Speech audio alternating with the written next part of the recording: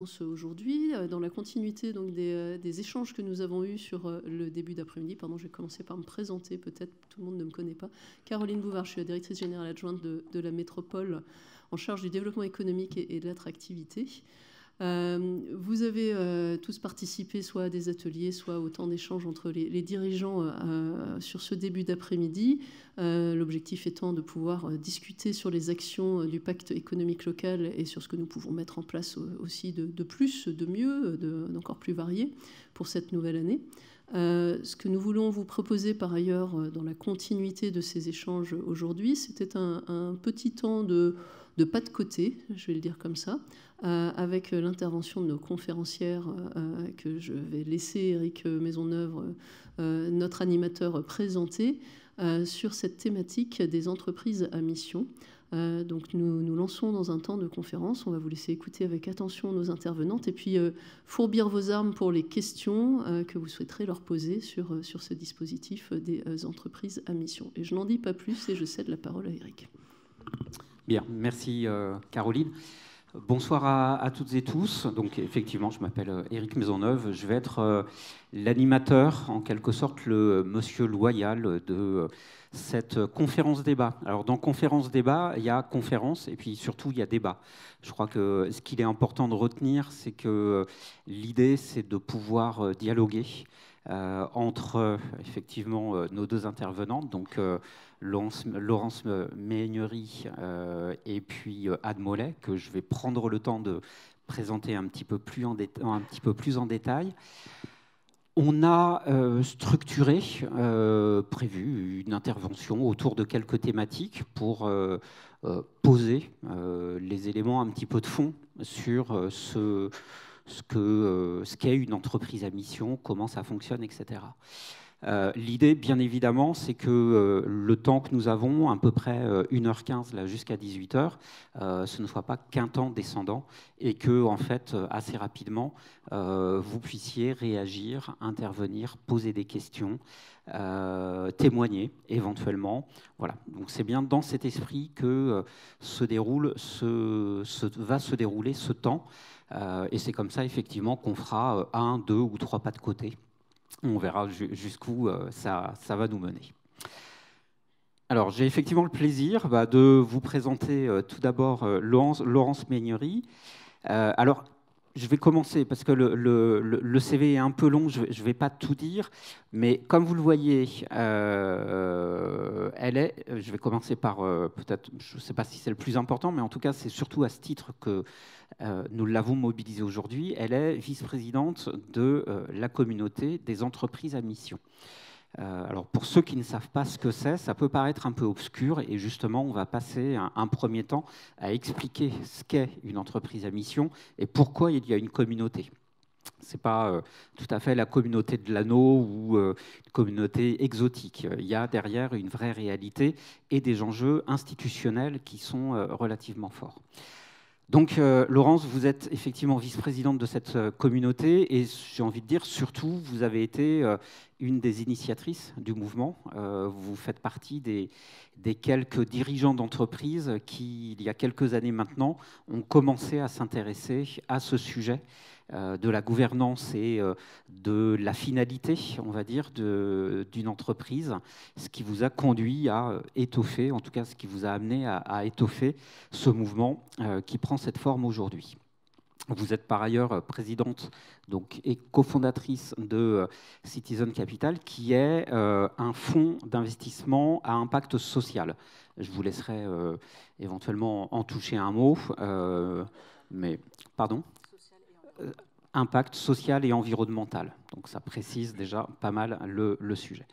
Et puis, vous ne venez pas de nulle part, bien évidemment. Vous avez été journaliste au Moniteur, vous avez été chercheur associé à l'Institut Montaigne, vous avez participé au lancement de la charte de la diversité dans l'entreprise aux côtés de Claude Bébéard. Vous avez été conseiller technique auprès du ministre délégué à la promotion de l'égalité des chances en 2005-2006. Bref, on voit que autour des questions de lien social, vous avez eu un parcours assez complet. Anne Mollet, vous êtes donc directrice générale de cette communauté.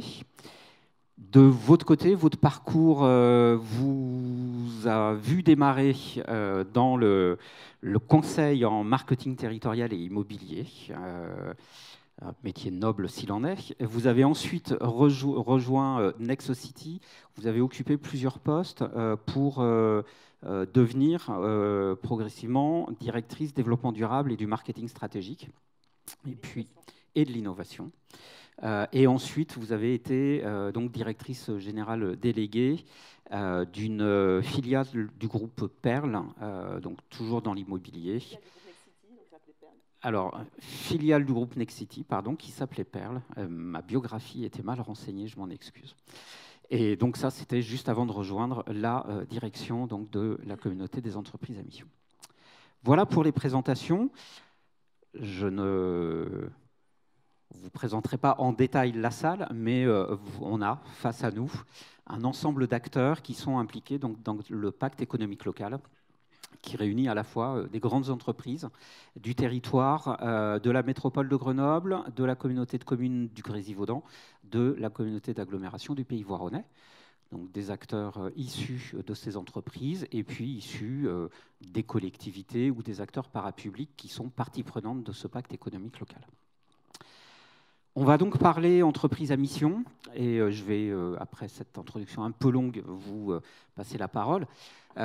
Pour commencer, j'ai envie de dire que finalement, ce terme d'entreprise à mission, ce concept, est finalement, il me semble, apparu assez récemment dans le paysage français, puisque c'est dans le milieu des années 2010, finalement, que le sujet a commencé à apparaître dans les échanges, dans les articles, dans les forums, etc.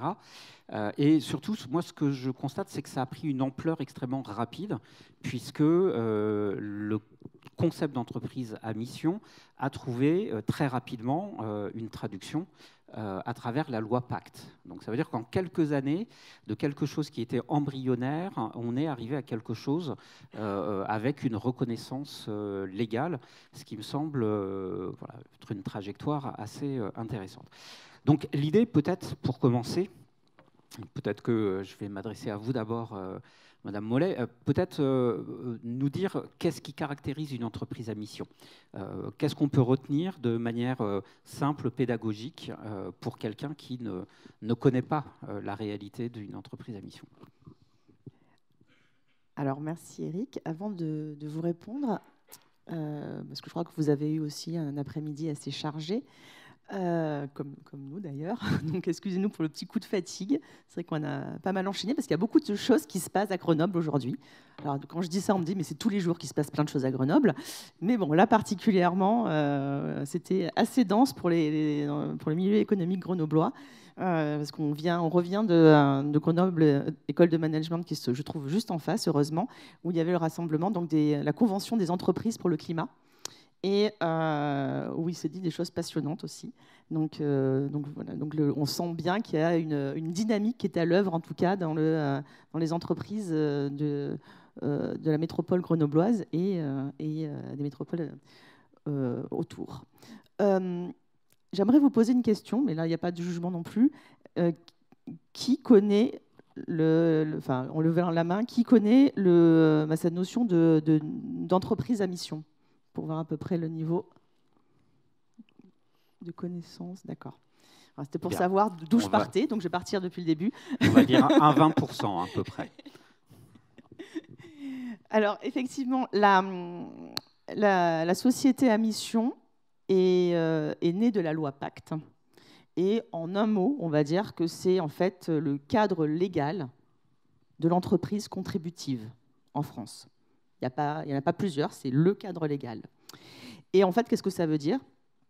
Ça veut dire que la société à mission, c'est un modèle d'entreprise innovant, donc, qui permet de mettre au cœur de son modèle d'affaires, de sa gouvernance et de son management, des objectifs sociaux et environnementaux que l'entreprise choisit et qui vont la guider pour les années à venir. En d'autres termes, ça permet de réconcilier, pour les entreprises, la performance économique avec sa contribution positive à la société. On m'a dit d'être courte. Voilà. Donc ça, c'est le concept général. Pourquoi? Et en fait, c'est un cadre qui est, comme je disais, c'est un cadre juridique qui est né de la loi Pacte. Donc c'est un cadre juridiquement opposable.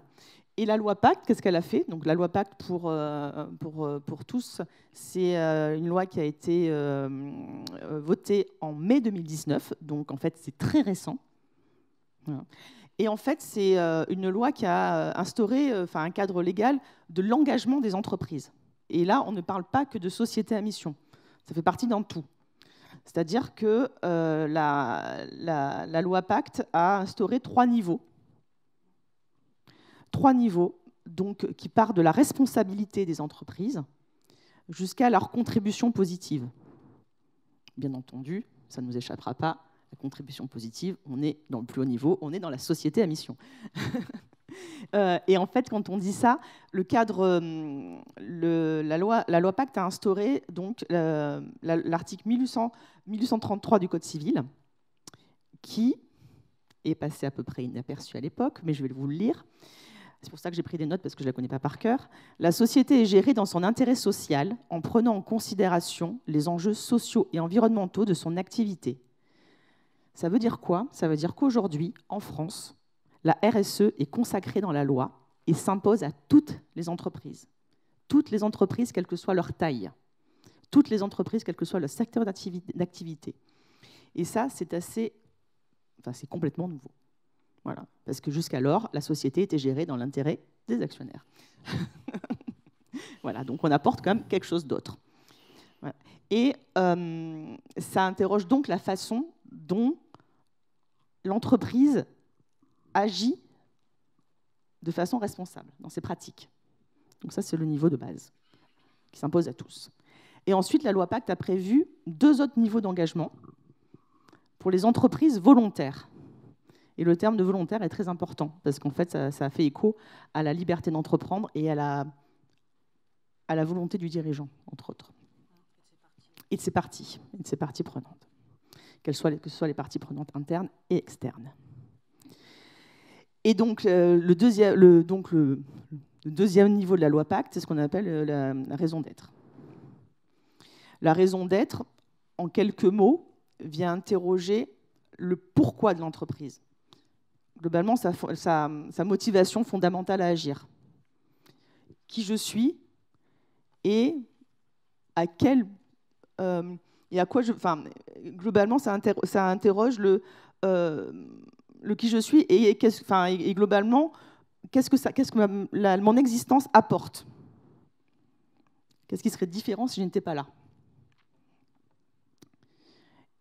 Et le 3e niveau, c'est le niveau de la société à mission, qui rajoute la question du comment et des engagements concrets. Là où la raison d'être peut paraître, selon les cas, un peu hors sol, dans certains cas, hein, je ne dis pas dans tous les cas, la mission vient justement ancrer cette transformation dans l'entreprise et à tous les niveaux de l'entreprise et dans ses actions. On est à la recherche de preuves. On est à la recherche de comment on transforme grâce à la mission qui va venir guider, la mission va venir guider la stratégie. Et en cela, comment en fait les stratégies de l'entreprise vont être cohérentes avec la mission et comment ça se traduit dans les pratiques. Donc on vient vraiment ancrer le sujet dans toute l'entreprise et ça porte vraiment sur l'ensemble du modèle d'affaires. Globalement, c'est pas le petit truc en plus, ça va devenir le socle commun. Et en ça, c'est extrêmement important. Et ça touche à la fois l'extra-financier et le financier qui ne peuvent aujourd'hui plus être dissociés. J'étais un peu longue peut-être, mais bon. Non, mais il me semble que ça pose bien le... Et je compléterai par 2 points. C'est qu'effectivement, c'est un cadre juridique opposable. Et la loi a prévu, on va dire, 2 garde-fous, 2 niveaux de contrôle. Le premier niveau de contrôle, c'est le comité de mission, qui est un nouvel organe de gouvernance au sein des entreprises, ce comité de mission, sa composition est restée assez libre. La seule chose qu'impose la loi, c'est d'avoir un salarié, à minima, donc ça peut être plus. Et bien souvent, les entreprises intègrent des parties prenantes externes, qu'il s'agisse de clients, de fournisseurs, d'experts, de chercheurs. Généralement, on retrouve aussi un actionnaire, donc, pour faire le lien avec le conseil d'administration. Voilà. Et donc ce comité de mission doit tous les ans remettre un rapport de mission qui doit être joint au rapport de gestion de l'entreprise et présenté aux actionnaires. Voilà, donc pour faire encore ce lien, et le fait que la valeur d'une entreprise, c'est un tout. Et le deuxième niveau de contrôle, c'est une vérification par un organisme tiers indépendant qui doit être faite tous les 2 ans pour les grandes entreprises. Mais ici, de toute façon, enfin, les entreprises de plus de 50 salariés, mais vous êtes tous concernés ici, de toute façon. C'est d'après ce que j'ai compris du profil des entreprises qui sont dans la salle. Donc, tous les 2 ans, l'entreprise doit faire appel à un organisme tiers indépendant qui va venir vérifier la bonne exécution de la mission. Voilà. Et vérifier que cette mission est cohérente avec l'activité de l'entreprise. Voilà. Et donc pour un effet transformatif. Et la dernière chose que je dirais avant de vous laisser la parole, c'est qu'en fait, la société à mission, c'est un chemin de progrès. C'est une trajectoire. C'est-à-dire qu'on n'est jamais dans le statu quo. C'est-à-dire qu'on est toujours en train de se poser la question de sa transformation et de comment on peut s'améliorer. Et c'est vraiment une promesse de l'utilité de l'entreprise qu'on réinterroge tous les jours. Très bien, merci. Moi, j'ai une question en fait qui me vient en vous écoutant, et notamment vous avez commencé votre intervention en disant l'entreprise à mission va s'intéresser à la dimension économique, sociale et environnementale. Concept qu'on connaît bien, concept du développement durable et de la RSE. Et j'ai envie de vous demander en quoi l'entreprise à mission est différente d'une démarche RSE standard, entre guillemets, dans le sens noble du terme. Qu'est-ce qui fait que c'est différent ? Est-ce que c'est une question de champ couvert ? Est-ce que c'est une question d'intensité ? Est-ce que c'est une question de profondeur ? Je ne sais pas. Oui, bonjour à tous. En fait, l'entreprise à mission, je pense, vient réinterroger la question de l'utilité dans un contexte où ces 30 dernières années ont été dominées par la notion de responsabilité sociale et donc plutôt de responsabilité, justement. L'entreprise à mission, d'une certaine manière, au croisement de la responsabilité d'un côté et de l'utilité sociale de l'autre. Et bon, on reviendra peut-être sur l'origine de l'entreprise à mission, ouais, qui a une origine académique assez forte, liée à des travaux de recherche, mais on vient réinterroger en fait à quoi sert l'entreprise. Et dans un contexte où on est face à des défis sociaux, environnementaux majeurs, là où l'entreprise a été où c'est beaucoup inscrite dans une vision assez normative avec des labels, des ISO, un comportement relativement, enfin, qui est devenu en fait beaucoup de la conformité et relativement en dehors des instances de décision. Et on a beaucoup dit que la RSE n'était pas complètement ni dans les COMEX, ni dans les conseils d'administration, et que les décisions stratégiques étaient encore assez peu reliées à la RSE. Et c'est vrai que la RSE, historiquement, on est plutôt sur la manière dont les organisations s'organisent pour être responsables, donc pour bien traiter les gens, pour être attentif à son empreinte environnementale, etc., mais n'a pas totalement interrogé le modèle économique de l'entreprise. Et là, on est vraiment sur un sujet de comment chaque entreprise vient contribuer de façon singulière au monde. Et donc, on est sur une vision plutôt de quelle est ma contribution unique, à quoi je sers, versus une vision comment je me compare à un certain nombre d'autres entreprises sur un certain nombre de sujets où, en général, on remplit d'ailleurs des questionnaires et des reportings sur ces sujets aux investisseurs qui sont tous les mêmes, sur ce qu'on appelle l'ESG. Moi, je suis venue au sujet de la mission dans le cadre de ma pratique en tant qu'investisseur financier. Et nous, on investit depuis bientôt 15 ans dans des entreprises qui ont un objectif social et environnemental qui nous semble être au cœur de leur projet d'entreprise, voire même au cœur du modèle économique. Donc on est plutôt historiquement, on investit dans des entreprises qui sont plutôt petites, c'est plutôt des entreprises en forte croissance, des start-up, avec des entrepreneurs qui vraiment s'appuient sur l'entreprise pour changer quelque chose. Donc on est sur des entreprises qui ont vraiment des objets environnementaux, on retrouve beaucoup des sujets d'éducation, de santé, donc avec des gens où nous on va toujours interroger à quoi tu sers, à quoi tu contribues. Et puis progressivement, on cherche toujours à avoir des impacts, donc on cherche toujours à interroger les dirigeants sur les impacts qu'ils souhaitent avoir et on les formalise en amont de l'investissement. Et tout ça est annexé au pacte d'actionnaires. Et chemin faisant, on s'est rendu compte que la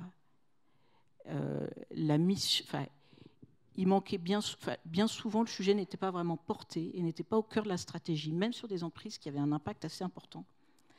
Et que c'était, je dirais pas accidentel, mais si le business model pivotait 2 ans plus tard, l'impact pouvait assez bien disparaître.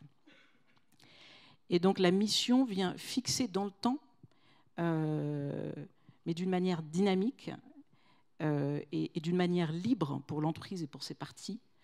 La trajectoire, d'une certaine manière, elle vient définir le futur que l'entreprise a envie de construire pour elle-même.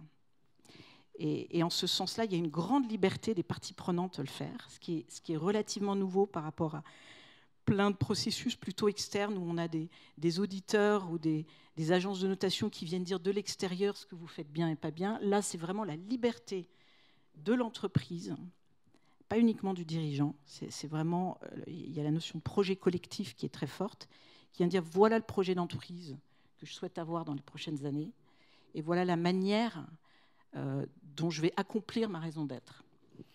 Oui, c'est globalement la société à mission, on pourrait le comparer effectivement à un projet d'entreprise partagé et transparent. Transparent pour toutes les parties prenantes. Et l'actualité, parce que pour bien comprendre, donnant un exemple très concret qui nous sert malheureusement, mais en fait de toute façon il fallait que ça sorte à un moment donné, l'actualité nous donne un moyen d'expliquer clairement la différence justement entre RSE et mission. C'est l'actualité qui concerne les EHPAD en ce moment. Et je ne sais pas si c'est le cas d'une entreprise ou de tout un secteur, en tout cas. Les EHPAD qui sont regardés à la loupe en ce moment, les groupes d'EHPAD, sont des groupes qui sont bien notés en matière de critères ESG. Vigéo les a très bien notés. Donc, en fait, on peut estimer qu'effectivement, leurs bâtiments, leurs résidences ont de bonnes performances énergétiques, etc., etc. Sauf que dans ces notations, à aucun moment, on vient interroger le modèle d'affaires, le core business. Et en fait, qu'est-ce que c'est que ce métier ? Ça tourne autour du prendre soin. Et il n'y a aucun référentiel qui prend cela en compte. Et en fait, c'est tout simplement de se réinterroger sur, au sens premier du terme, sa raison d'être et comment on le fait. Voilà. Et en fait, ça montre bien. Là, c'est vraiment un exemple, une illustration malheureuse, mais une illustration quand même qu'il y a une articulation à avoir et que l'un ne suffit pas. C'est-à-dire que globalement, bien entendu, on a besoin de compléter la mission par la responsabilité des pratiques, mais pour autant, la responsabilité des pratiques ne suffit pas. On a besoin de travailler sur l'utilité et donc du coup sur le projet de l'entreprise et ce projet qui est inscrit dans le marbre parce qu'il est inscrit dans les statuts de l'entreprise et qui va venir vraiment servir de cap à l'entreprise. Et donc ça va se retrouver à tous les niveaux. Ok. Donc l'entreprise à mission, on voit que c'est vraiment la question première, la raison d'être. Et ensuite, la manière dont on met tout cela en œuvre à travers une gouvernance particulière qui implique les parties prenantes. Alors, c'est un résumé certainement raccourci, mais moi, en tout cas, de ce que vous venez de dire, c'est ce que j'ai envie c'est ce qui me semble se dégager. Je voulais revenir sur un point. Laurence, vous avez dit tout à l'heure, on accompagne et on soutient pas mal plutôt de petites entreprises en forte croissance. Bon, je suppose que vous vous exprimiez pour le coup en tant que Oui. présidente de Citizen Capital. Ce qui peut être intéressant, c'est aussi de se dire aujourd'hui, mais finalement, qui sont les entreprises à mission? Là, on a vu ce qui caractérise, ce qui singularise une entreprise à mission. Mais finalement, aujourd'hui, la communauté des entreprises à mission, c'est quoi? Je suis allé voir sur votre site, c'est 380 entreprises qui sont adhérentes. Est-ce que c'est 380 labellisés? Le sujet, c'est pas de faire une querelle de chiffres ou un débat de chiffres, c'est surtout d'avoir des exemples d'entreprises.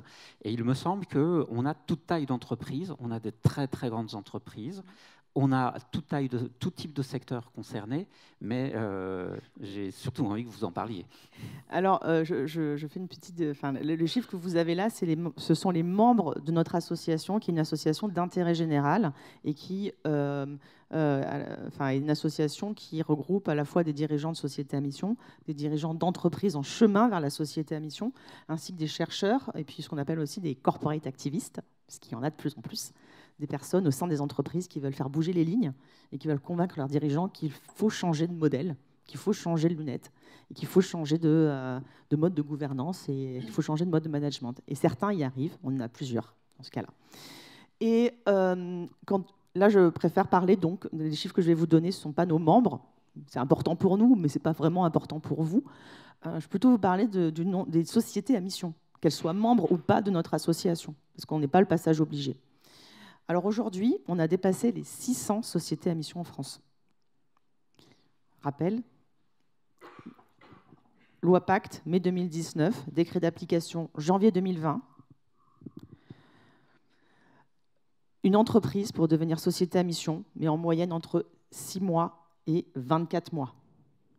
Quand vous faites le compte à rebours, ça vous laisse présager du nombre de sociétés qui sont en train de travailler, qui sont en démarche vers la société à mission, qui sont en train de travailler avec leurs équipes, avec leurs parties prenantes internes, avec leurs COMEX, avec leurs parties prenantes externes, sur leur mission. Aujourd'hui, on est à 606 entreprises qui ont changé leur statut en peu de temps. Donc c'est une vraie... déjà, c'est un modèle... c'est une innovation juridique, vraiment. On peut être fiers, parce qu'en Europe, c'est nous qui avons poussé le plus loin ce modèle-là. Et on peut servir de modèle, comme bien souvent, que ce soit dans finance durable ou autre, on est un peu les moteurs en France de ce qui va se passer dans les années à venir en Europe. Donc on espère que sur ce modèle d'entreprise, ça va être la même chose. Voilà, on est précurseur. Donc et donc, du coup, qui sont ces entreprises à mission? Alors, comme je vous disais, 6 mois à 24 mois pour devenir société à mission. Globalement, ça ne nous étonnera pas de savoir que les petites entreprises mettent moins de temps parce que pour embarquer les collaborateurs, parce que l'actionnariat est plus simple, parce que la gouvernance est plus simple. Donc c'est vrai que dans les premiers temps, la première année, c'était surtout des petites entreprises. Aujourd'hui, on est toujours sur 79% d'entreprises de moins de 50 collaborateurs. Donc, les entreprises, les ETI et les grandes entreprises représentent aujourd'hui 9% des sociétés à mission. C'est beaucoup plus, c'est beaucoup plus que la moyenne du tissu économique français, qui est de l'ordre de 0,2% d'ETI de grandes entreprises. Et ce qu'on voit, c'est que, autant en 2020, les ETI, les grandes entreprises, représentaient à peu près 7% des sociétés à mission. En 2021, c'est 11,5%. Et ça va continuer en 2022, 2023, 2024. Voilà, donc il y a beaucoup de diversité. En fait, les sociétés à mission sont assez représentatives du tissu économique français, tant en termes de taille qu'en termes de secteur géographique, qu'en termes secteur d'activité. C'est en ça qu'on peut se dire que c'est un modèle qui a de l'avenir. Parce que si on ne retrouvait que dans les sociétés à mission que des start-up créées par des bobos parisiens, parce que ça irait pas ça irait pas très loin. Alors que là, on retrouve vraiment tous les types d'entreprises et tous les secteurs. Et alors, est-ce qu'on a quelques noms connus de tout le monde, du grand public, qui sont entreprises à mission? Alors, de tout le monde, j'imagine. On va partir de votre région, déjà. Et puis de ce qui se passe autour, proche. La plus proche géographiquement, c'est Grenoble École de Management qui se trouve sur le trottoir d'en face, qui est société à mission. Dans les noms de TI que vous connaissez bien, parce qu'ils ne sont pas très loin, hein, c'est le département voisin et à Botanique, par exemple. Donc un peu plus loin, on a, par exemple, après c'est dans la Drôme, le groupe Cheval, qui est une TI aussi. Et puis dans les grandes entreprises, la seule entreprise du CAC 40 aujourd'hui à être société à mission, c'est Danone, qui est la plus connue et qui est pour l'instant la seule. C'est pas la seule cotée en bourse, mais c'est la seule au CAC 40. Après, on a effectivement de nombreuses entreprises, Ivalto Santé, qui hésitent. C'est-à-dire que dans le domaine de la santé et du médico-social, on voit que ça commence à pousser fort quand même, hein. Mais c'est aussi lié. C'est aussi lié. Je ne sais pas si c'est lié, mais en tout cas, on va dire que la crise que nous venons de traverser, la crise Covid, a été aussi un élément déclencheur pour pas mal de dirigeants d'entreprises qui ont pris conscience, effectivement, forcément, que globalement, il fallait, que tout le monde devait contribuer, que l'entreprise était le bon niveau aussi pour contribuer à résoudre les défis sociaux et environnementaux. Que l'État ne pouvait pas tout faire, que la collectivité locale ne pouvait pas tout faire, et qu'on avait besoin de tout le monde. Et finalement, l'entreprise, c'est le bon niveau pour ça. Et puis aussi, ça c'est venu du fait que les dirigeants ont pris conscience, ils le savaient déjà, mais qu'ils avaient un rôle à jouer au-delà du rôle d'acteur économique. Ils avaient un rôle sociétal à jouer. Et donc, ce rôle-là, ils ne pouvaient le jouer qu'en écosystème. En écosystème avec les autres acteurs économiques, c'est ce que vous faites aujourd'hui, en écosystème avec la collectivité locale, les collectivités locales et tous les acteurs du territoire. Donc ça, c'est aussi extrêmement important. Seul, on n'y arrivera pas, hein. Mmh. Voilà, Okay. Voilà. Mais il y a plein d'autres entreprises, hein. Après, je ne les ai pas toutes en tête, mais c'est par secteur d'activité. Moi, j'ai relevé quand même quelques grands noms. Le président de la communauté des entreprises à mission, c'est le PDG de la CAMIF. Ah oui, par mais ce n'est exemple. pas une grande entreprise, c'est une grosse PME. Oui, ouais. Decathlon. Même si Decathlon, non, ils sont en chemin, mais ils ne sont pas société à mission. Ils ne sont pas encore. Non. D'accord, ok. Parce que l'association a à la fois des sociétés à mission et des entreprises qui sont en chemin. Et nous, on est très contents quand les gens viennent nous voir quand ils sont en chemin. Parce que l'objet de l'association, c'est quand même le partage entre pairs.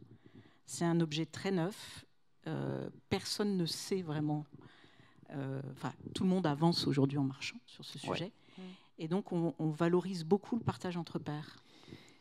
Okay. Et dans les grandes entreprises, on a aussi le premier secteur qui s'est transformé, c'est le secteur, on trouve le plus de sociétés à mission, et qui ex aequo, on va dire, c'est le secteur de la finance assurance et le secteur de la tech. Dans la finance assurance, on trouve des entreprises telles que la Maïf, telles que la Banque Postale. La Banque Postale, bien entendu, seule entreprise du portefeuille de l'État à ce jour à être société à mission. On trouve aussi de plus en plus de banques. Donc, il y a effectivement Crédit Mutuel, Alliance Fédérale. Dans un mois, même pas, dans un mois, oui, il y aura Arkea. Et on voit que, et puis aussi au sein des entreprises, ce qui est important pour vous qui représentez les grandes entreprises, il y a deux façons d'y arriver. C'est soit tout le groupe qui s'embarque dans cette démarche et qui donc embarque toutes les filiales, par exemple Danone. Par exemple, avant que la Banque Postale soit société à mission, c'était la Poste qui est devenue société à mission et après ça se décline. Mais aussi, on trouve beaucoup de cas de filiales de groupes qui se transforment en société à mission alors que le groupe, lui, ne le fait pas encore. Et en fait, pour un groupe, c'est intéressant parce que la filiale peut devenir un peu servir de poisson pilote pour venir tester le modèle. Et d'ailleurs, vous disiez que avant d'arriver à la communauté des entreprises à mission, j'étais directrice générale d'une filiale donc de Nexity. Cette filiale, c'est une filiale de 100 personnes que j'ai transformée en société à mission au sein d'un groupe coté qui ne l'est pas. Donc ça, je l'ai vécu, je l'ai fait. C'est possible. Et de la même manière, Mirova au sein du groupe BPCE, Ecofi Investissement au sein du Crédit Coopératif. Il y a plein d'exemples de ce type-là. Et donc, en fait, ce n'est pas parce que vous êtes il y a aussi une méthode, une façon, enfin, et même harmonie mutuelle au sein du groupe Vive. Enfin, on en a plein des cas comme ça. Et en fait, c'est assez intéressant parce qu'aussi ça marque la singularité de la filiale et ça marque aussi pourquoi la filiale existe dans ce groupe. Et inversement, pourquoi un groupe a ces filiales-là. Et donc, du coup, là, on est proche, on est complètement dans le sujet de la gouvernance. Mmh. Et donc, c'est une façon de faire qui est assez usitée. Maïf, par exemple, Maïf, c'est le cas. Ils ont transformé d'abord Maïf Avenir avant de transformer tout le groupe Maïf. Mmh. Par exemple, Arkea, ils ont commencé par un bailleur social qui s'appelle, dans leur groupe, qui s'appelle Armorique Habitat, avant de transformer. Voilà. Donc, dans le cheminement que vous évoquiez, ce n'est pas une entrée par le haut, nécessairement. Ça peut être, mais c'est aussi une entrée qui peut être, alors par le bas, sans connotation péjorative, bien évidemment, mais... et c'est un chemin de transformation. C'est-à-dire que le jour où on devient société à mission, on n'est pas forcément tout blanc. D'ailleurs, personne n'est tout blanc. Hein. C'est qu'on décide de changer les choses. Voilà. Et qu'on se met sur cette trajectoire de progrès et qui va être traçable et transparente. Okay. Il y a une autre entrée, oui. C'est d'entrer par la raison d'être. C'est-à-dire, beaucoup d'entreprises d'ailleurs d'une certaine taille ont d'abord défini, puis inscrit une raison d'être dans leur statut comme première étape. Et on se rend compte que plus on avance, plus les entreprises ont tendance, même si elles en restent à la raison d'être d'un point de vue formel de gouvernance, pensent la raison d'être associée à des objectifs, un peu comme ferait une société à mission, c'est-à-dire associée à des objectifs statutaires puis opérationnels, un certain nombre d'indicateurs. On ne pense pas la raison d'être toute seule, parce qu'on a vu quand même poindre des phrases un peu concept avec des entreprises qui tout d'un coup publient une raison d'être. Et si ce n'est pas une dynamique d'entraînement derrière, avec un vrai référentiel dans l'entreprise qui embarque, ça peut être contre-productif à terme. Mmh. Et moi, je pense à plusieurs raisons d'être qui amènent directement à réfléchir à qu'est-ce que ça veut dire en termes d'action et de déploiement, une raison d'être, comme par exemple celle de Aigle, qui est une ETI que vous connaissez sans doute tous, qui fait des vêtements outdoor. Et la raison d'être d'Aigle, qu'elle a définie à peu près 1 an, c'est permettre à chacun de faire des expériences de mémoire sans laisser d'autres empreintes que celles de ses pas. Donc il y a un jeu de mots avec les bottes. Mais en fait, en disant ça, Aigle se met quand même dans une tension assez importante. C'est en train de dire ce que je vais produire, les vêtements que je vais produire, je vise à ce qu'il n'y ait pas d'empreinte. Et donc, en fait, je vise à une vraie transformation de mon modèle économique. Donc, c'est un vrai projet de transfo qui peut commencer assez tôt, mais la particularité, c'est quand même qu'on annonce la couleur. Et donc, c'est assez engageant. D'ailleurs, Aigle est en pleine transformation. Et j'ai oublié une boîte qui n'est pas loin de chez vous aussi, c'est Greenwiz, qui est filiale de Carrefour. D'accord. Qui est société à mission. Merci. Alors, je vois que l'heure tourne très vite. On a beaucoup parlé du coup de chemin, de transformation.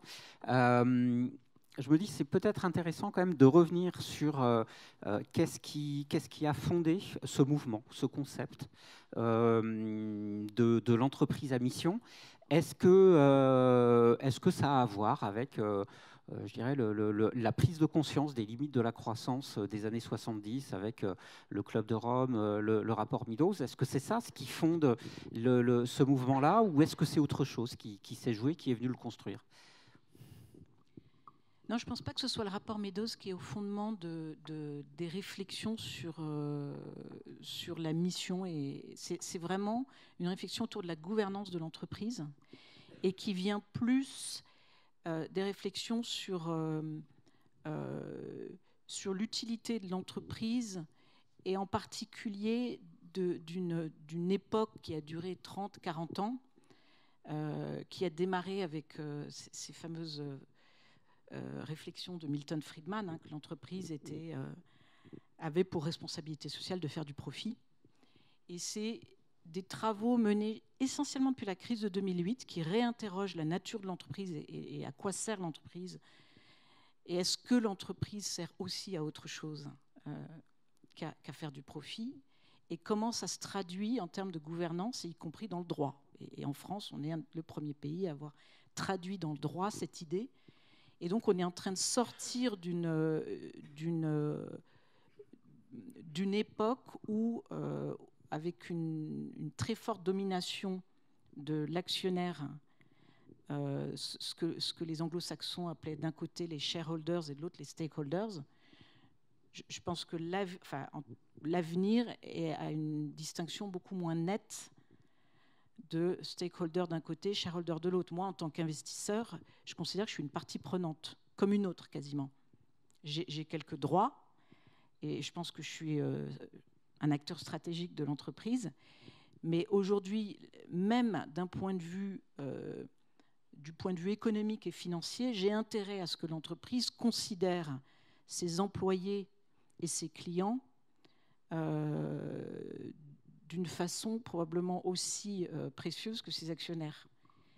Et donc, l'entreprise à mission, c'est aussi cette notion de projet d'intérêt collectif qui a fait l'objet donc de travaux au sein des Bernardins et qui sont portés par des chercheurs de Mines ParisTech, un petit groupe de chercheurs qui s'appelle Blanche Ségrestin et Armand Hatchuel au départ, et qui ont réinterrogé la finalité de l'entreprise dans un certain nombre de travaux qui ont fini par beaucoup intéresser le gouvernement et donc qui se sont traduits par la loi Pacte. Mais au départ, c'est réinterroger la place de l'actionnaire dans l'entreprise et que l'entreprise... En fait, c'est la prise en compte de l'intérêt propre de l'entreprise. Et si ma finalité, par exemple, c'est de faire des produits qui n'ont pas d'autre empreinte que celle de leur pas, par exemple, moi, en tant qu'actionnaire, en investissant là, je reconnais cet intérêt propre de l'entreprise qui n'est pas forcément toujours mon intérêt en tant qu'actionnaire. Et puis aussi, ça permet de réinterroger d'où est venue l'entreprise. L'entreprise, on dit, qui a été créée au XIXe siècle, sur un collectif, l'entreprise, c'est un collectif d'innovation au démarrage. Hein. À l'époque, c'était un collectif d'innovation technique, parce qu'on était à cette époque-là.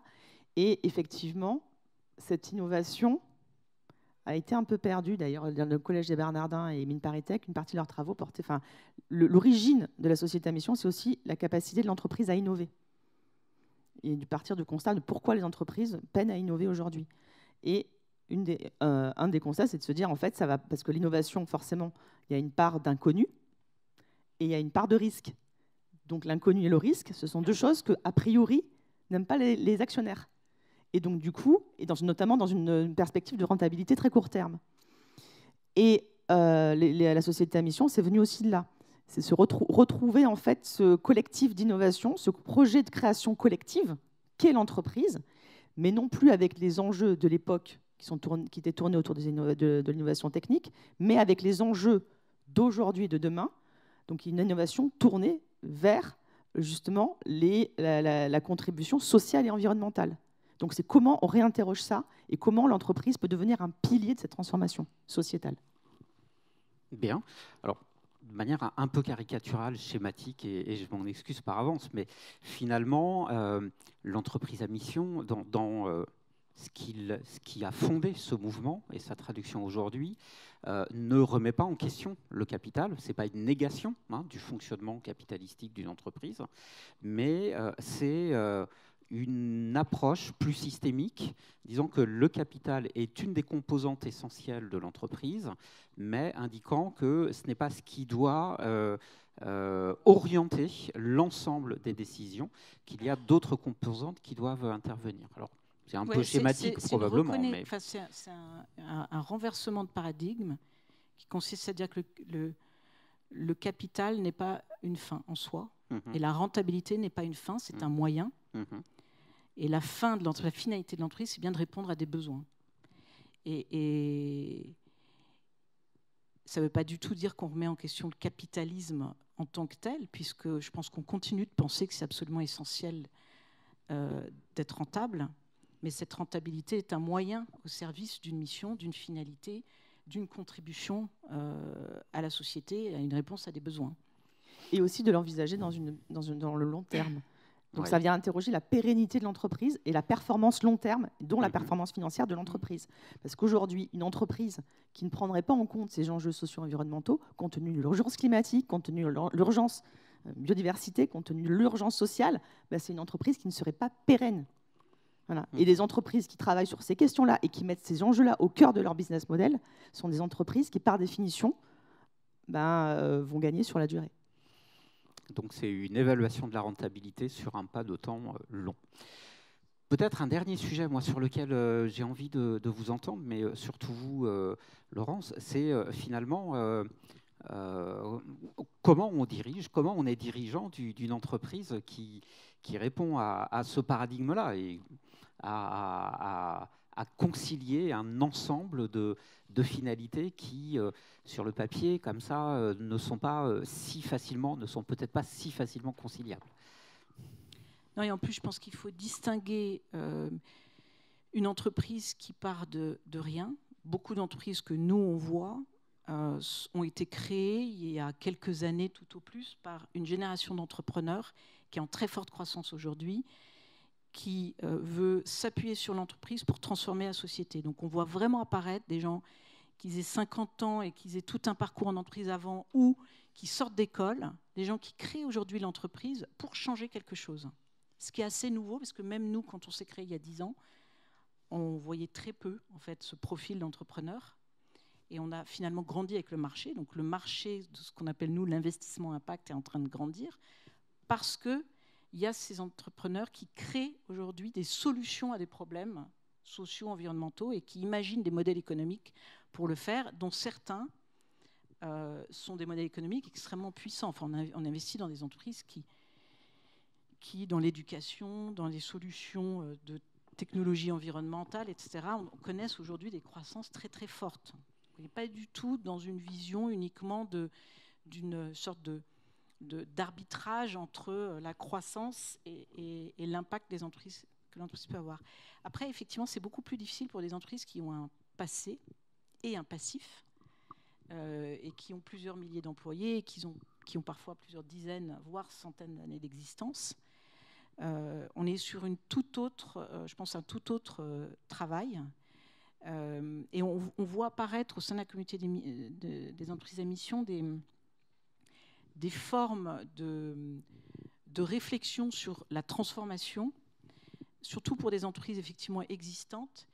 On voit apparaître par exemple aujourd'hui la notion de renoncement. Camif, par exemple, qui est une entreprise qui est relativement ancienne, même si elle n'est pas très grande.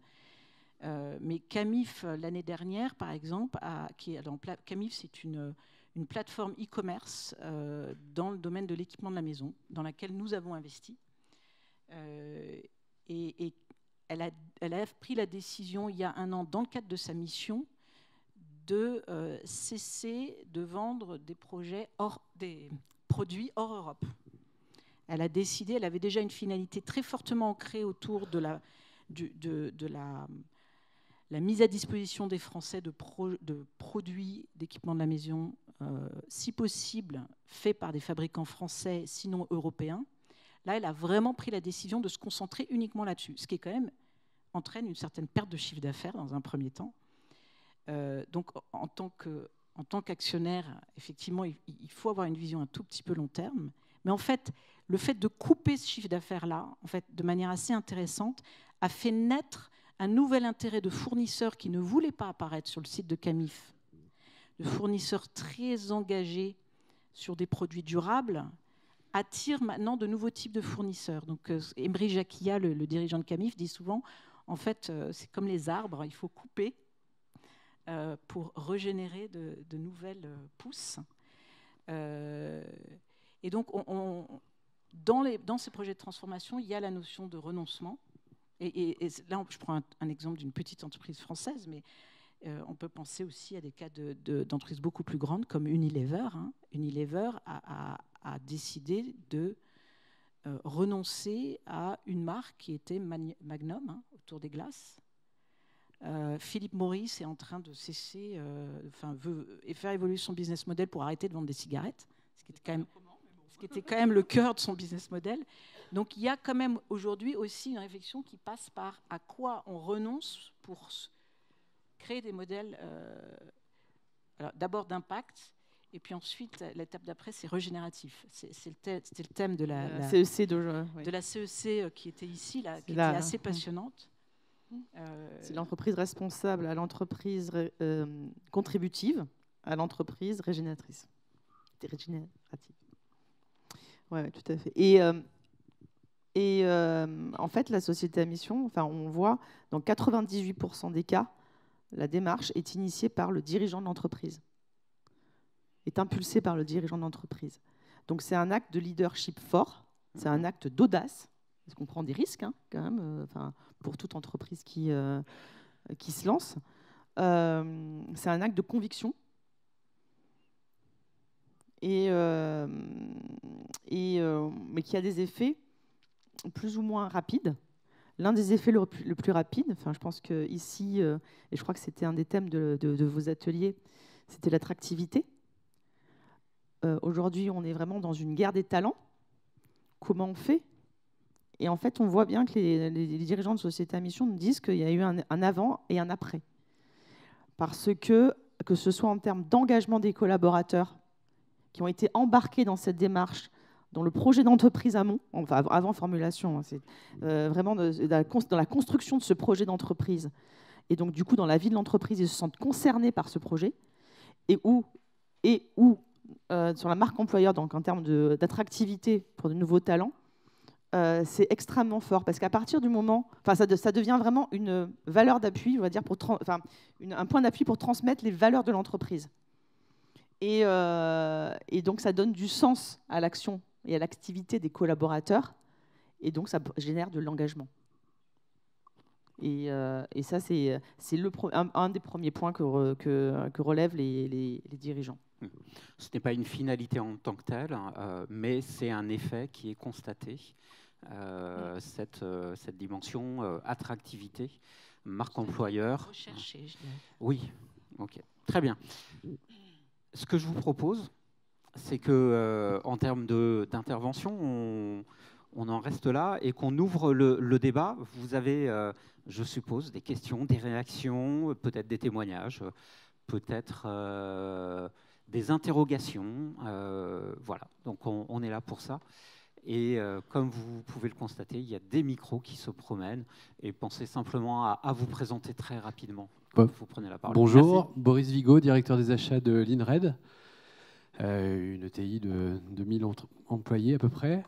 J'ai une question sur l'entreprise à mission. Est-ce qu'il n'y a pas un risque que des entreprises s'affichent à mission avec une belle raison d'être, mais un peu sur la mode du greenwashing finalement, qui est derrière pas grand-chose de consistant?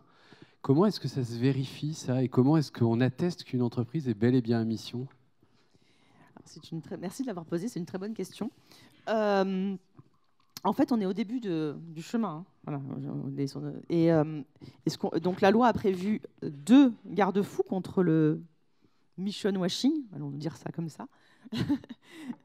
Et en fait, il en existe un encore plus puissant dans les entreprises, que la loi n'avait pas prévu, mais qui est en rapport avec ce qu'on disait précédemment.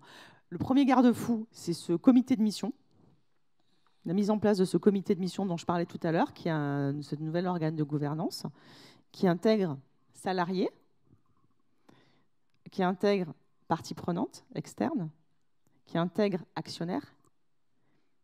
Si l'entreprise ne bouge pas après avoir déclaré et après avoir inscrit dans ses statuts la mission, déjà par rapport à son écosystème, il prend un risque.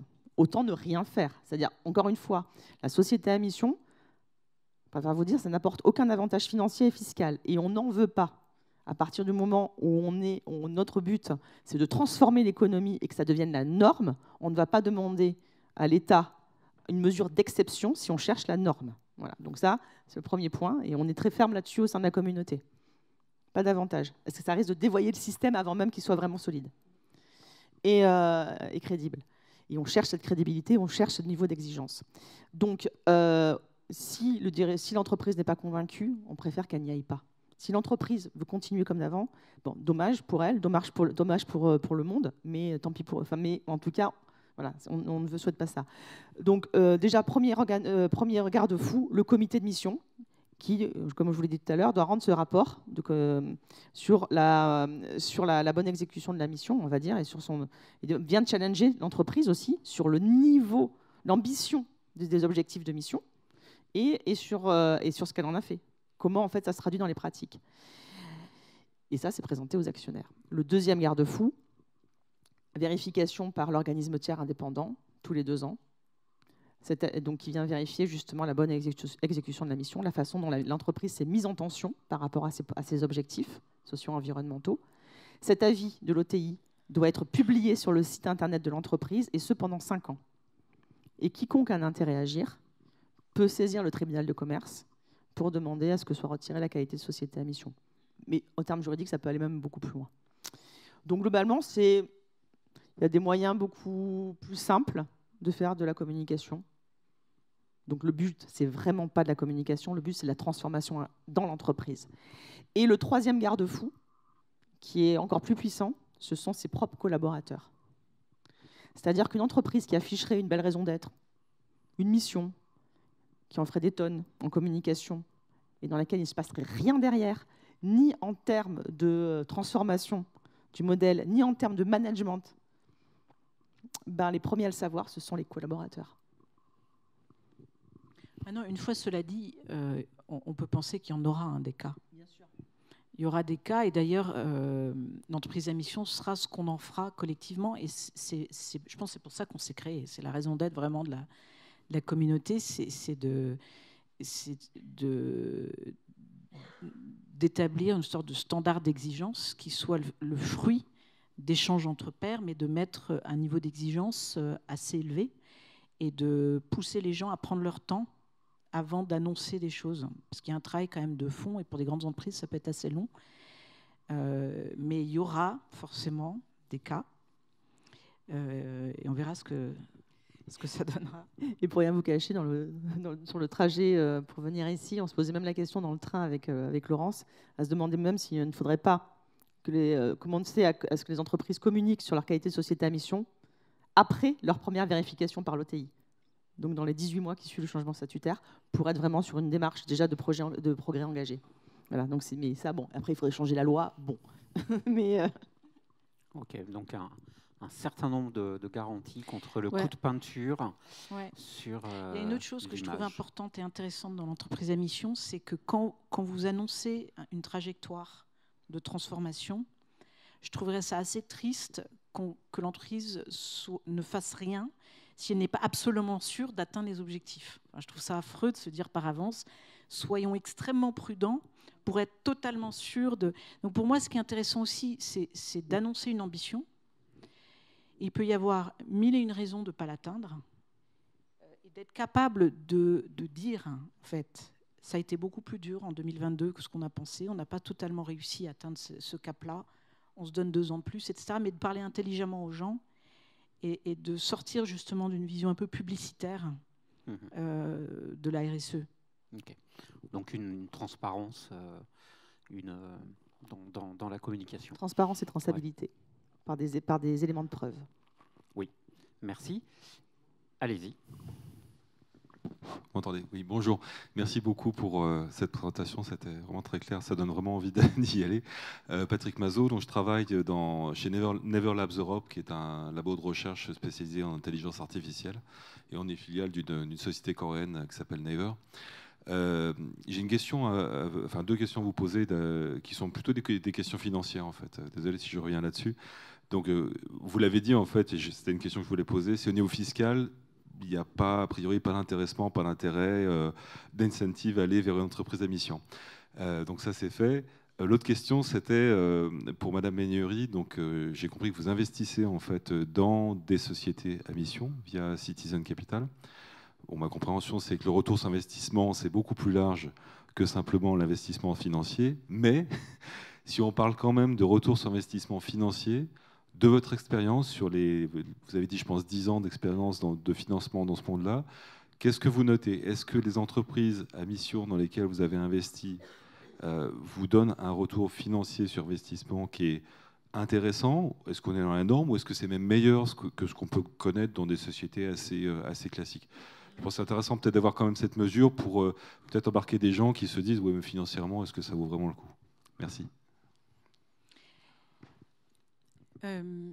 Alors, on n'investit pas dans des sociétés à mission, on investit dans des entreprises qui nous semblent avoir un potentiel d'impact social ou environnemental, selon le secteur auquel on s'adresse, qui nous semble significatif. Et on cherche à identifier un potentiel de croissance qui va démultiplier l'impact. Donc on cherche, dans les fonds historiques en tout cas, qui sont plutôt des fonds en fait, de capital risque, hein, ça peut être early stage jusqu'à, pour ceux qui connaissent un peu le monde du capital investissement, jusqu'à du capital développement, dans le cas du financement de PME. On cherche des entreprises qui ont des modèles de croissance assez importants, justement, qui est capable de tirer l'impact. Et donc, on cherche de fortes corrélations. Enfin, on va chercher une vraie cohérence entre la mission et le modèle économique. Ensuite, ça, c'est parce qu'on finance des entreprises en très forte croissance. On peut tout dépend de l'objet ou du véhicule qu'on va chercher à avoir. Par exemple, on a développé un fonds dans l'agriculture qui finance des projets portés par des agriculteurs sur tout ce qui est transition agroécologique, donc transformation agricole, etc., production d'énergie renouvelable. On ne va pas du tout avoir les mêmes objectifs de rendement. On cherche aussi un fonds dans le portage de foncier agricole. Enfin, on n'est pas du tout sur... Donc, tout dépend, je dirais, de l'objet. En revanche, et c'est la seconde partie, je pense, de votre question, sur ces fonds qui investissent dans des entreprises qui ont des modèles économiques qui nous semblent potentiellement robustes, oui, on pense, et d'ailleurs, enfin, on est en train de le montrer avec le deuxième fonds, celui qu'on vient de finir. On a fait des investissements dans les entreprises qui ont connu des très, très belles croissances. Et on vient de passer d'ailleurs un cycle assez positif. Hein. Il y a énormément d'argent sur le marché et les entreprises ont beaucoup d'entreprises ont beaucoup cru ces dernières années, des jeunes entreprises. Nous, la conviction qu'on a, c'est qu'en structurant une mission au sein de l'entreprise, c'est plutôt ce qu'on apporte. Généralement, ce n'est pas formalisé quand on arrive. Elles ont une mission, elles l'expriment. Nous, on va chercher à la structurer, à la mettre au cœur du projet de l'entreprise et de sa gouvernance, et à décliner ça dans tous les aspects opérationnels de l'entreprise, la façon dont elle recrute, la façon dont elle fait évoluer son produit, la façon dont elle construit sa marque. Et la thèse d'investissement qu'on a, c'est que ça va être créateur de valeur stratégique à plus ou moins long terme, et que l'acquéreur futur de nos parts va valoriser ça. Donc nous, la conviction qu'on a, c'est que les plus belles entreprises demain sont des entreprises à mission parce qu'elles répondent aux aspirations de la société, de leurs clients, de leurs employés, elles gardent les talents, etc. Merci. Oui. Donc une demande là-bas, et puis ensuite ici, et une troisième demande au centre. Oui, bonjour, merci de prendre ma question. Donc Didier Chaminade pour Orange, qui n'est pas une entreprise à mission, mais une entreprise qui s'est dotée d'une raison d'être, première étape. Ma question, c'est, si j'entends bien ce que vous décrivez de l'entreprise à mission, j'ai envie de poser la question, quelle est la différence entre une entreprise à mission et une entreprise relevant de l'économie sociale et solidaire? Quel est le seuil, s'il y en a? Oui, l'économie sociale et solidaire. Alors pour ceux qui ne sont peut-être pas autant au fait de ce que recouvre l'économie sociale et solidaire, elle recouvre à la fois des mutuelles, les coopératives, les ESUS, donc c'est un agrément qui existe depuis 2014, ainsi que les associations et les fondations. Donc on sort les associations et les fondations puisqu'on n'est pas dans le modèle de l'entreprise en tant que telle. On a un certain nombre d'entreprises à mission qui se relèvent de l'ESS. Parce qu'il y a une belle complémentarité entre les deux. On parlait de la Maïf tout à l'heure, on parlait d'Harmonie Mutuelle, on parlait de... il y en a un certain nombre, en tout cas, qui relèvent de l'ESS, que ce soit des mutuelles ou des coopératives. Par exemple, je pense à SOCAPS en Normandie, ou Ecofi Investissement, et qui, en fait, se dotent de la qualité de société à mission. Et c'est important de dire qualité de société à mission et non pas statut, parce qu'en fait, ce n'est pas un statut. L'entreprise garde son statut de coopérative ou son statut de mutuelle. C'est quelque chose, la qualité de société à mission, ça vient en plus. Voilà, ça apporte quelque chose de plus. Et dans les fondements même pour une mutuelle, c'est extrêmement structurant quand même. Voilà. Et on a aussi des ESUS, notamment, on a une très belle ESUS à mission et qui fait partie de la gouvernance de notre association qui est À l'Envie, donc sur le métier comment réhumaniser le métier d'auxiliaire de vie, voilà, qui est une belle entreprise, une centaine de collaborateurs. Et en fait, parce que l'entreprise sociale et solidaire vient apporter des réponses à des problématiques de gouvernance. Une entreprise sociale et solidaire, quelle qu'elle soit, peut n'avoir aucun engagement environnemental, par exemple. Ce n'est pas demandé, ce n'est pas imposé. Et en fait, le fait de rendre cohérent ce système de gouvernance dont relève l'économie sociale et solidaire, avec des engagements sociaux et environnementaux qui les mettent encore une fois sur une trajectoire, c'est-à-dire qu'on n'est pas, on peut être... Le côté, oui, mais de toute façon, moi, étant mutuelle, je suis déjà nativement à mission. Oui, d'accord, mais ça veut dire quoi? Qu'on reste à l'état où on en est et qu'on ne bougera plus parce qu'on est nativement à mission et qu'on a bonne conscience. Enfin, ça dépend du point de départ. Bien sûr qu'ils partent de plus loin qu'une entreprise dite traditionnelle. Mais pour autant, le chemin de progrès, ils doivent l'avoir quand même. Ils doivent se mettre en tension sur certains sujets. Ils doivent avoir des objectifs mesurables, traçables, et aussi l'écosystème. C'est-à-dire que est-ce que ça suffit d'être dans ce qui relève de la gouvernance d'une ESS avec donc alors comment ça s'appelle, c'est les sociétaires. Est-ce que l'écosystème de l'entreprise ne va pas au-delà des sociétaires? Et comment on intègre cela aussi dans la bonne marge de l'entreprise? Donc en fait, c'est tout à fait complémentaire. Et c'est les entreprises de l'ESS qui nous le disent. Voilà, donc c'est vraiment une bonne complémentarité, tout comme on trouve de la complémentarité entre RSE et mission. Et donc du coup, c'est vraiment ça qui est intéressant. C'est comment aller un pas plus loin. Et historiquement, l'ESS repose quand même sur une vision de limitation du profit. Ce qui n'est pas forcément le cas. L'entreprise à mission est agnostique là-dessus. Complètement. Et en fait, l'ESS, c'est à peu près 10% des entreprises en France. C'est soit on se dit d'un côté, on a les Jedi, et de l'autre côté, on a le côté obscur de la force, qui sont les 90% des entreprises en France. Il est tard, hein, il est bientôt 18h, on est fatigué. Soit on se dit en fait qu'on peut transformer l'économie traditionnelle vers plus d'engagement. Et c'est ça l'enjeu pour nous tous. Bien. Merci. Madame, allez-y. Oui, Anne-Claire Dudé. Donc moi, je travaille chez Enedis en tant que responsable mobilité électrique et smart grid. Moi, j'avais une question. On parle de choses voilà, très nobles et ça fait envie. Enfin, on a envie de s'engager dans ce type de démarche. Mais moi, j'ai une question sur la mesure, en fait, parce que c'est-à-dire, on parle d'utilité sociale et environnementale, mais comment on mesure que réellement, enfin, comment on mesure cette utilité finalement? Parce que ce qui peut être utile pour l'un n'est pas forcément pour l'autre, et du coup, ça introduit de la subjectivité. Et du coup, je voulais voir ce qu'il y avait d'objectif derrière comme critère, en fait. Quels indicateurs? Rien n'est a priori objectivable. C'est tout le travail autour de la raison d'être. Et c'est pour ça que c'est si important que la réflexion sur la raison d'être, même s'il y en a déjà une, et même s'il y a déjà eu une réflexion là-dessus, en tout cas de reposer l'ouvrage en associant le collectif de l'entreprise, à minima les salariés. Et c'est uniquement en fonction de cette raison d'être que vous allez vous poser la question des objectifs que vous vous fixez et des indicateurs qui vont être liés à cette raison d'être. C'est là où c'est très différent d'une approche RSE, où a priori on peut identifier vos enjeux RSE. Là, ça va être vraiment... je ne sais pas, je vous donne un exemple d'une entreprise dans laquelle on a investi. Par exemple, Camif, qui est sur un métier assez classique, hein, qui est l'équipement de la maison. La mission de Camif, c'est de proposer des produits pour la maison qui soient durables, traçables. Donc, c'était un des premiers à arriver sur l'équipement de la maison sur ces sujets-là.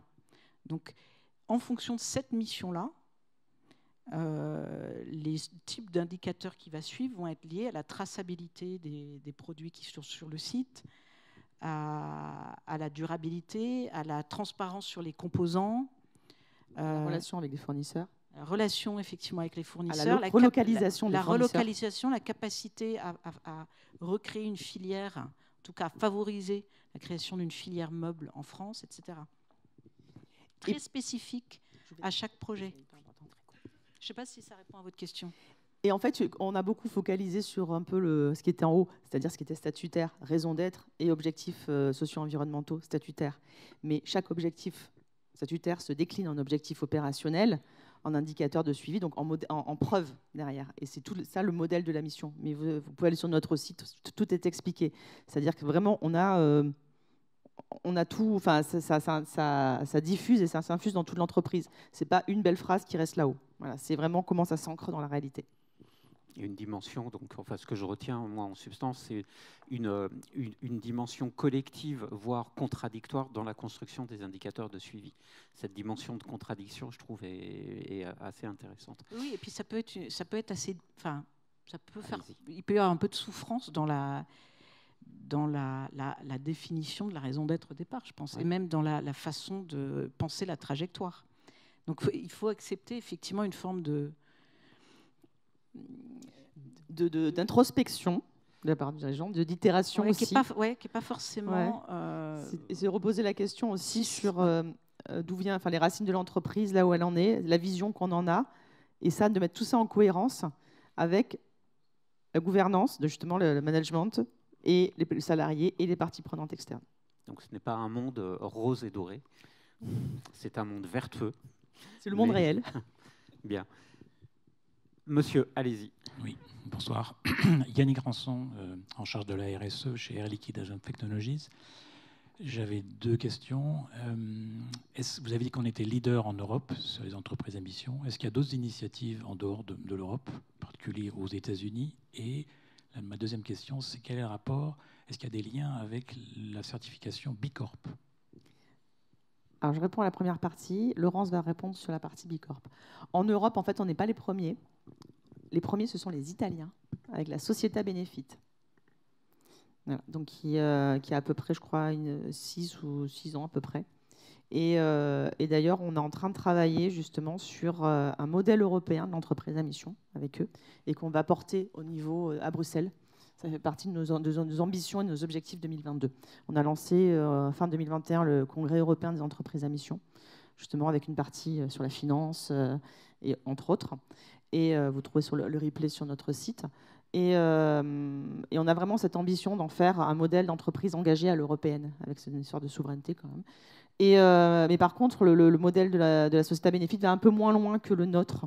Et donc, ils sont en train de regarder ce qu'on a fait pour justement aussi l'adapter aujourd'hui. Et effectivement, aux États-Unis, Benefit Corporation, et qui est un statut qui est différent de B Corp. Et là, je passe la parole à Laurence. Et B Corp, c'est un label qui je ne sais pas si certains d'entre vous connaissent. Nous, on est à la fois B Corp et société à mission, par exemple, Citizen Capital. C'est relativement complémentaire. Enfin, c'est en fait complètement différent comme approche. Donc, B Corp, c'est un questionnaire de 200 questions qui vient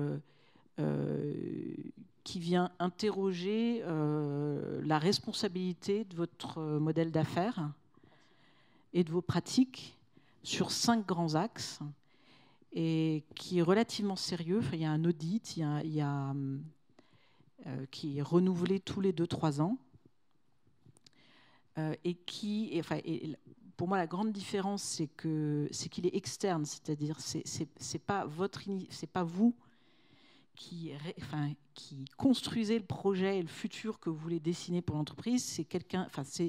C'est une légitimité extérieure qui vient regarder quel est le niveau d'engagement de vos pratiques. Donc c'est quand même très différent comme démarche. La mission est clairement plus une boussole pour la stratégie et créer des liens à tous les niveaux de l'entreprise, sur la mise en œuvre de la stratégie. B Corp, c'est plutôt une photographie de où vous en êtes à un temps T. Et qui est un benchmark avec les autres entreprises, ce que n'est pas du tout la société à mission. Vous pouvez vous benchmarker, vous avez un nombre de points, vous avez un score, Et l'objectif, c'est au sein de cette communauté de vous benchmarker avec tout un tas d'autres entreprises. Alors que là, on est sur l'entreprise à mission, on est sur la singularité. Ça répond à la question ? Bien, merci. Est-ce qu'il y a encore d'autres questions, interrogations, remarques? Oui. Le micro arrive. Merci. Bonjour Eric, merci encore une fois pour votre introduction sur l'entreprise à mission. Eric Dos Santos, je travaille chez Schneider Electric. Je suis en charge de la partie innovation et sur le groupe. Vous avez annoncé des chiffres sur la communauté. Vous avez parlé de 600 entreprises à mission, majoritairement des TPE en fait, hein, moins de 50 entreprises. Il y en a à peu près 3 millions en France. Comment vous voyez la vision de demain là, pour embarquer ces 3 millions d'entreprises? On a déjà du mal à les embarquer sur la partie RSE. Sur la mission, c'est quoi votre vision? Sinon, on va mettre un peu de temps. Bien. Quel est l'objectif à 10 ans? Alors, on a des débats en interne là-dessus. Voilà, c'est ça. Il y en a certains qui disent effectivement pour que ça transforme, pour qu'on ait de l'impact, justement, il faut qu'on vise à grossir les rangs, voilà, et y aller dès maintenant pour embarquer tout le monde. Et puis d'autres qui sont sur le fait de dire qu'il faut mieux aller doucement, mais doucement parce qu'il faut qu'on prouve l'exigence du modèle et qu'on prouve qui est de l'ordre de la crédibilité du modèle et donc par derrière de sa pérennité. Et qu'il ne faut pas aller trop vite parce que sinon on risque de... On risque ce que mentionnait votre voisin. Donc effectivement, ça va beaucoup dépendre du sentiment d'urgence du monde économique sur les enjeux de transformation de l'entreprise et de la façon dont elle va relever les défis qui sont attendus d'elle. Et après, ça dépend. Enfin, on n'a pas vocation. Si on aimerait bien embarquer le plus de monde possible, mais après, il y a plusieurs moyens d'y arriver. On parlait tout à l'heure de la Convention des entreprises pour le climat, dans ces 150 dirigeants d'entreprises qui sont en train de travailler sur leur feuille de route pour justement transformer le modèle d'affaires. Ben ça, c'est un moyen d'y arriver. On a tous le même objectif. Enfin, on est tous là, ici, en plus, dans une ville quand même assez marquée par ses ambitions environnementales. Globalement, il y a, en fait, quel que soit le moyen, pourvu qu'on vise cet objectif-là. Voilà. Et après, ça va dépendre. Il y a des entreprises qui seront plus à l'aise avec Bicorp, des entreprises qui seront plus à l'aise avec la méthode CEC, des entreprises qui seront plus à l'aise avec la société à mission. Eh bien, tant mieux, il y a de la place pour tout le monde. Hein. Et comme vous le disiez, il y a vraiment de la place pour tout le monde, parce que déjà, il y a des montées en conscience à faire auprès de beaucoup de dirigeants, que ce soit des toutes petites entreprises comme des grands groupes. Hein. Voilà. Je ne sais pas si on peut dire, tiens, déjà, ils ont du mal avec la RSE, donc comme si, en fait, ça allait être beaucoup plus difficile. Est-ce que ce n'est pas deux versants d'un sujet et en fait, les deux versants d'une même montagne, puisqu'on est... Bien. Est-ce que nous avons répondu à toutes les questions? Je crois qu'ils sont fatigués. A priori, oui. Écoutez, il me reste évidemment à remercier à nouveau Laurence Méhaignerie et Anne Mollet pour être venus, pour avoir pris le temps de témoigner, d'échanger, et puis à vous remercier évidemment, vous aussi, d'avoir participé, d'avoir été attentif et réactif dans ce temps et jusqu'à 18h après une après-midi bien dense.